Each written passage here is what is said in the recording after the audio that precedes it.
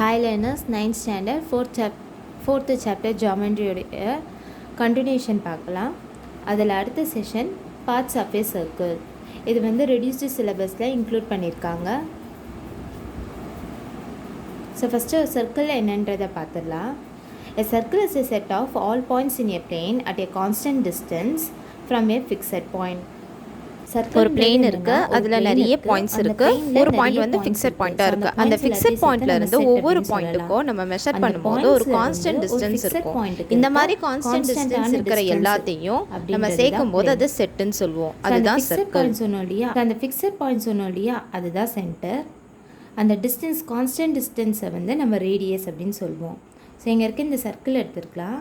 ஓன்ற point தான் centre.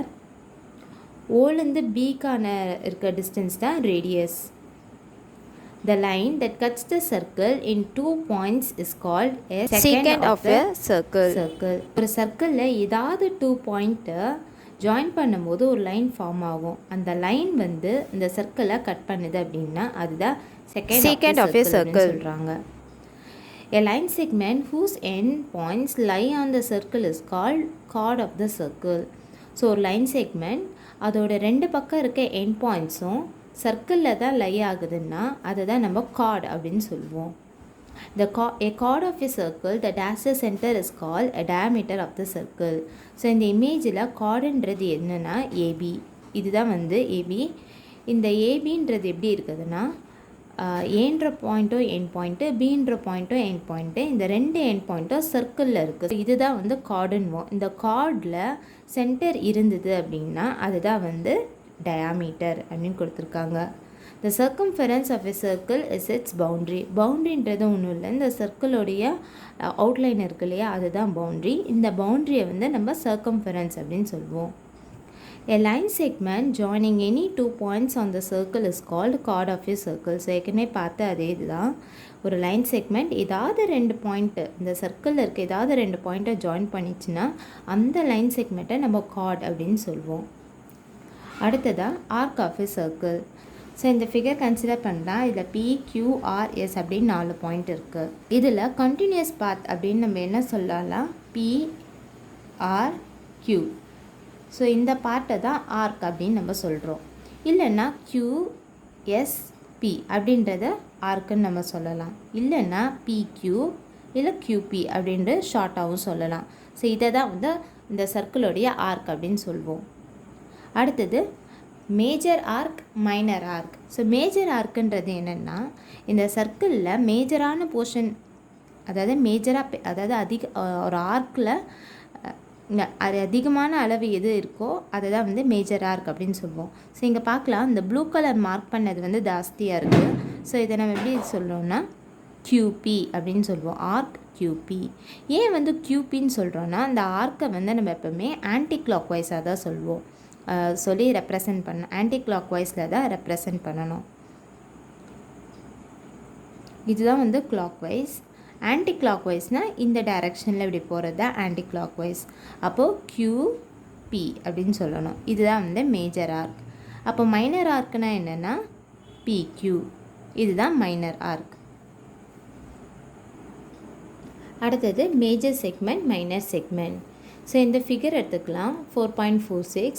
இதில் பார்த்தோன்னா PQ அப்படின்ற ஒரு கார்டு வரைஞ்சிருக்கோம்.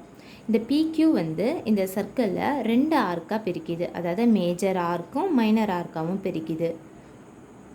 அப்போது QP அப்படின்றது மேஜர் ஆர்க்கு, PQ அப்படின்றது minor arch.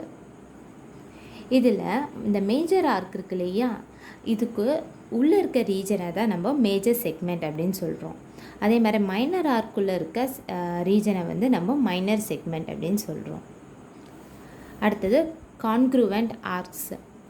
If two arcs AB and CD of a circle subtend the same angle at the center, they are said to be congruent arcs, and we write arc AB is congruent to arc CD implies M of arc AB equal to M of arc CD, and that implies angle AOB is equal to angle COD.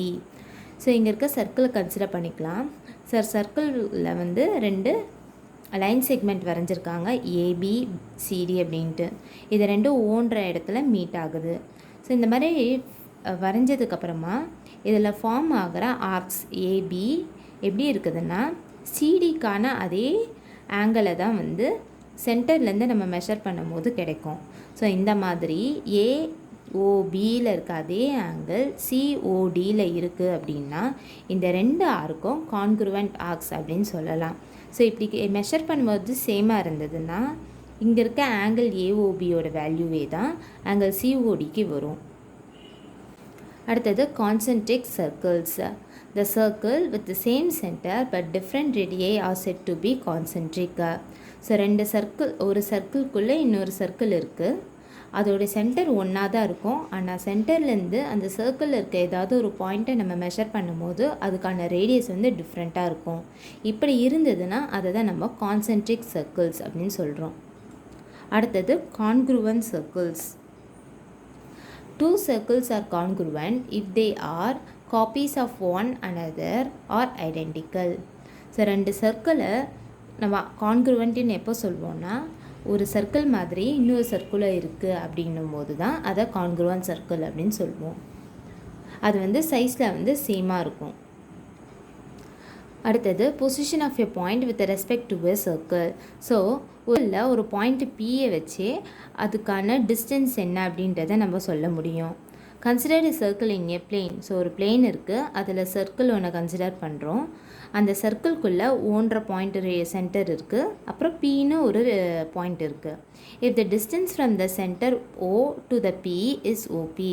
So இந்த ஓக்கும் பிக்கும் நடுவில் இருக்க distance ஓபின்னு நம்ம consider பண்ணோன்னா OP equal to radius if the point P lies on the circle. So இந்த circle இருக்கு இல்லையா, இந்த சர்க்கிளில் இந்த பாயிண்ட் P வந்து பிளேஸ் ஆகிருந்ததுன்னா இந்த ஓபிக்கான டிஸ்டன்ஸ் தான் ரேடியஸ் அப்படின்னு நம்ம சொல்லலாம்.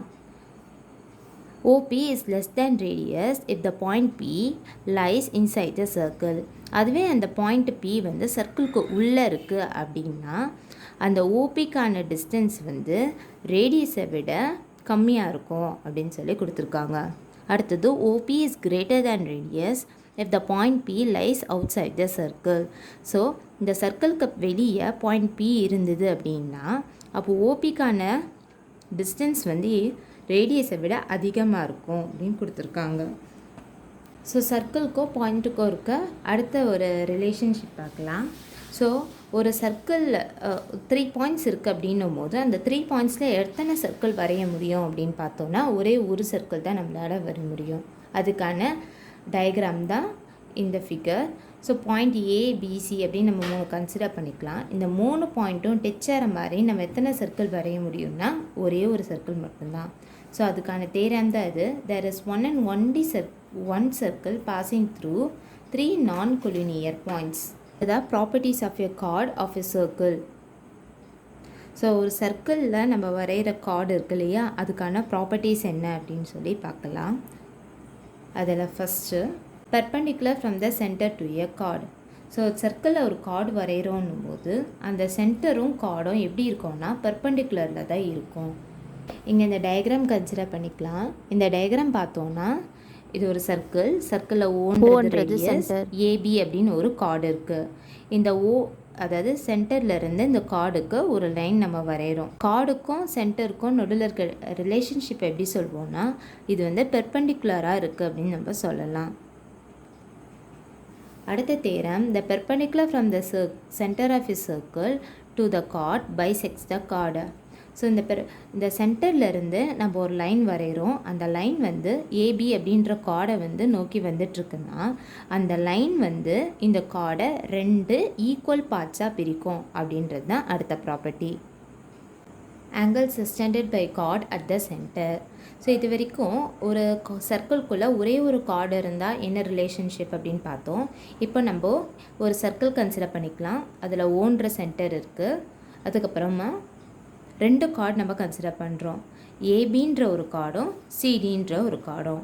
இப்போது இந்த கார்டை வந்து ஏபியையும் சிடியையும் வச்சு நம்ம 2 ட்ரையாங்கிள் ஃபார்ம் பண்ணுறோம். இந்த 2 ட்ரையாங்கிளுமே கான்க்ருவெண்ட்டாக இருக்குது. அதாவது சென்டர் ஓலேருந்து சிடிக்கு நம்ம ஆங்கிள் மெஷர் பண்ணுறதும் ஓலேருந்து சென்டர் ஓலேருந்து ஏபின்ற கார்டுக்கு மெஷர் பண்ணுற ஆங்கிளும் ஈக்குவலாக இருக்குது. ஸோ சைட் ரூல் யூஸ் பண்ணி நம்ம இந்த 2 ட்ரையாங்கிளுமே கான்குருவாண்ட்டாக இருக்குது அப்படின்னு சொல்கிறோம். அதாவது triangle OAB is congruent to triangle OCD. So இப்படி இந்த 2 கார்டு வரைஞ்சி அது கான்குருவாண்ட்டாக இருக்குன்னு ப்ரூவ் பண்ணதுக்கப்புறம் வேறு என்ன ப்ராப்பர்ட்டிஸ் கிடைக்குதுன்னா, equal chord of a circle subtend equal angles at the centre. So 2 chord equal லென்த்தில் நம்ம வரைஞ்சோம் அப்படின்னா அந்த சென்டர்லேருந்து அந்த கார்டுக்கு நம்ம மெஷர் பண்ணும்போது அதே மாதிரி ஈக்குவலான ஆங்கிள் தான் கிடைக்கும் அப்படின்றது தான் இதுக்கான first property.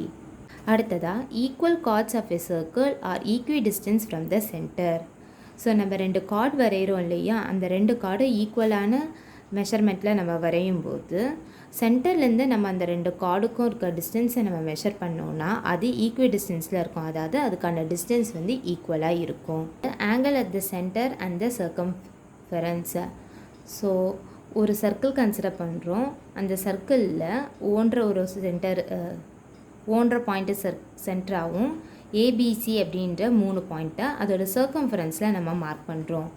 The angle subtended by an arc of a circle at the center. அதாவது 2 பாயிண்ட்டை சர்க்கிள் உடைய சென்டர் வழியாக நம்ம ஜாயின் பண்ணும்போது அதுக்கான ஆங்கிள் இருக்கு இல்லையா, அது டபுளாக இருக்கும். எந்த ஆங்கிளை விடனா மீதி இருக்க பார்ட்டை விட அது டபுளாக இருக்கும் அப்படின்னு சொல்லி கொடுத்துருக்காங்க. Angles in the same segment of a circle.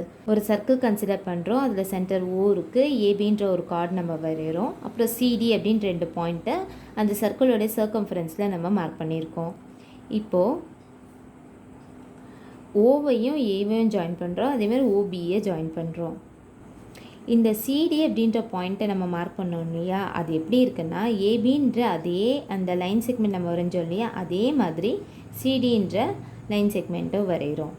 இப்போ இந்த ஃபிகர் மூலமாக நம்ம என்ன சொல்ல வரோம்னா, angles in the same segment of a circle are equal. ஏலேருந்து ஓக்க நம்ம மெஷர் பண்ணுற ஆங்கிளும் பிலேருந்து ஓக்க நம்ம மெஷர் பண்ணுற ஆங்கிளும் ஈக்குவலாக இருக்கும் அப்படின்னு சொல்லி கொடுத்துருக்காங்க. எக்ஸசைஸ் 4.3ல் இருக்க சம்ஸுக்கான சொல்யூஷனை நம்ம நெக்ஸ்ட் வீடியோவில் பார்க்கலாம். தேங்க்யூ.